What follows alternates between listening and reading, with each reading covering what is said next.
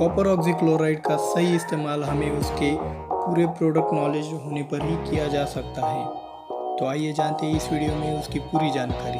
Copper oxychloride में 50% WP formulation में copper available है और कॉपर का फॉर्मूला है Cu2OH3Cl।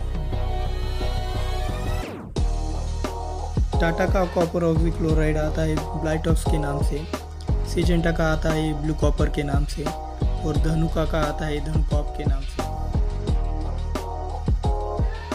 कॉपर ऑक्सीक्लोराइड फंगस को मारता है, इसलिए हम उसे फंजीसाइड कहते हैं, और बैक्टीरिया को मारता है इसलिए हम उसे बैक्टीरियासाइड कहते हैं, और ये वायरस को भी मारता है इसलिए हम उसे पेरिसाइड भी कहते हैं।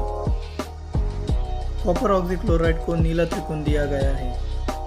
आइए अब जानते हैं कॉपर ऑक्सीक्लोराइड के मोड ऑफ एक्शन के बारे में। कॉपर ऑक्सीक्लोराइड कॉन्टैक्ट और सिस्टमिक दोनों प्रकार से काम करता है। कॉपर ऑक्सीक्लोराइड प्रिवेंटिव और क्यूरेटिव दोनों तरीक़ों से उपयोग में लाया जाता है।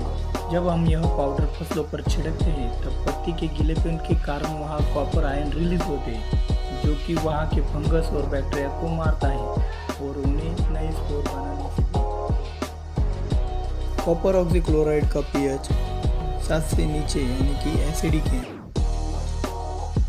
कॉपर ऑक्सीक्लोराइड ऑर्गेनिक पेस्टिसाइड है।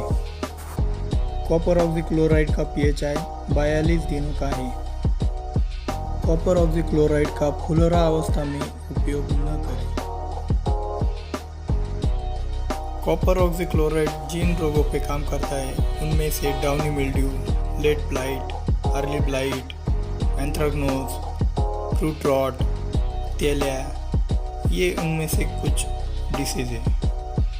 कॉपर ऑक्सीक्लोराइड का अंगूर में उपयोग डाउनी मिल्ड्यू कंट्रोल करने के लिए होता है। उसे फुलोरा अवस्था के पहले उपयोग में लाना चाहिए।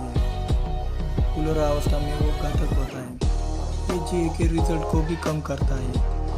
इसके सही उपयोग से अंगूर में केमिकल थिनिंग भी की जाती है।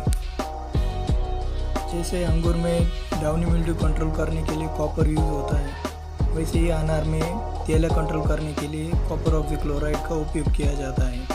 उसके लिए इसे स्ट्रेप्टोसाइक्लिन के साथ मिलाकर छिड़काव करना। कॉपर ऑक्सीक्लोराइड नाइट्रोजन के लेवल को कम करता है। हद से ज़्यादा नाइट्रोजन फल और फूलों के लिए बुरा होता है। इसके स्प्रे से पत्तियां रफ बनती है, जिसके कारण यह जल्दी खराब नहीं होती है।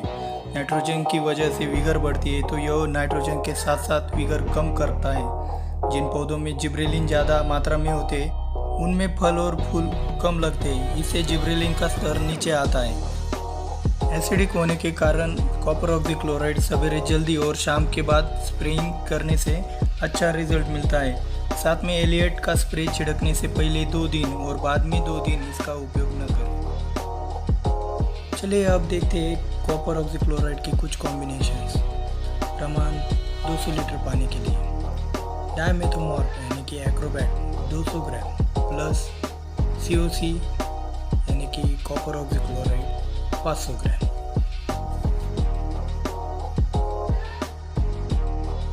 स्पिनोसैड यानी कि स्पिंटॉर 50 मिली प्लस COC यानी कि कॉपर ऑक्सीक्लोराइड 500 ग्राम।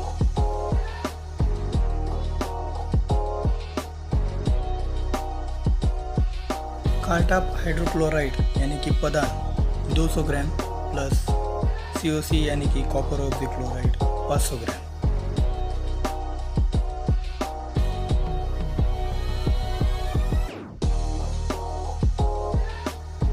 स्ट्रेप्टोसाइक्लिन यानी कि streptomycin sulphate 40 gram plus COC यानी कि कॉपर ऑक्सीक्लोराइड 500 ग्राम।